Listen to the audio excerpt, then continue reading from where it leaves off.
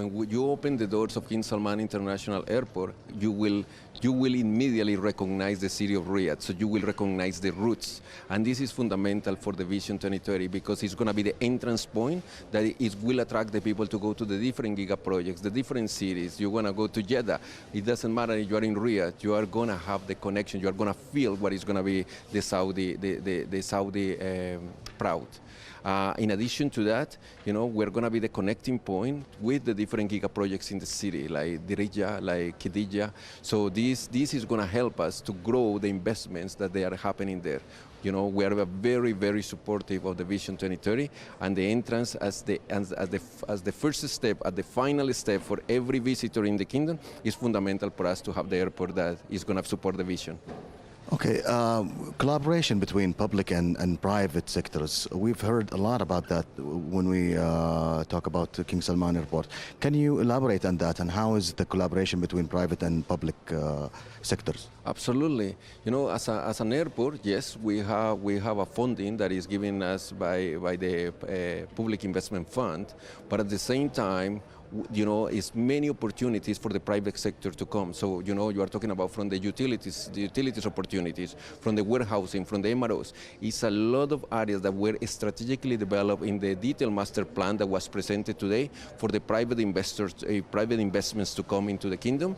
And this is a very strategic for us to have a sustainable airport into the future. You have to have a mix of investment coming. You want to have the attraction given by the boost of the Public Investment Fund, but at the same time, that will attract the private investors. And this is exactly what I'm seeing today here. When you go out there and see all the private investors interested to take land, to make developments, to create hangars, to create MROs, to bring warehouses, to bring logistics, is something that the airport can capture and right at the entrance, at the heart of the project. Analysts warn that by 2030, the region is going to be saturated by mega airports. We're talking Dubai, Doha, Istanbul, and now King Salman, of course.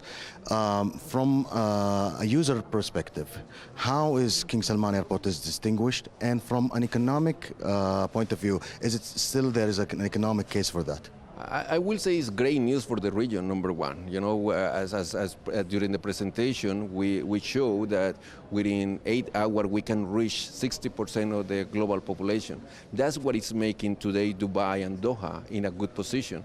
Now what we are rooted is in the tradition, Saudi culture and identity that we have in the design of the airport. What we're going creating here are options. So when you are connecting, you want to come through. You have different options today, but you will have better options into the future.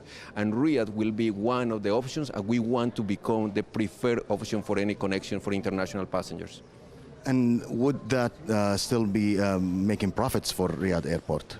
Oh, absolutely, absolutely. It's fundamental. When you are looking at the size of the airport, you have to rely, of course, in the population of Riyadh, on the growth of the population of Riyadh, but you have two additional characteristics that you need to bring to the airlines. Is the domestic to international connections that we have. We have the population in Saudi, plus the international to international.